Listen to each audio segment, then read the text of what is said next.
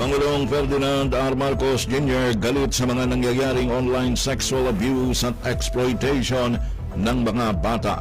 Pagsugpo sa nasabing krimen ay gawing legasiya ng kanyang administrasyon. Mula sa Malacanang, narito ang balitang hatid ni Alvin Baltazar. Radyo Pilipinas Report. Galit na galit si Pangulong Ferdinand R. Marcos Jr. sa mga nagaganap na pang-abusong sexual online sa mga bata. Ito ang binahagi ni Justice Assistant Secretary Nico Claviano sa gitna ng direktiba ng Chief Executive na paigtingin ang kampanya laban sa mga nasa likod ng online sexual abuse and exploitation sa mga kabataan.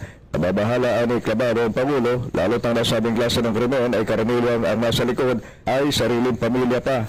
Ang naisa niya ng Pangulo, maging legasiya ng kanyang administrasyon at tuluyan ng masawata ang anumang kaso ng pang-abuso kontra sa mga bata.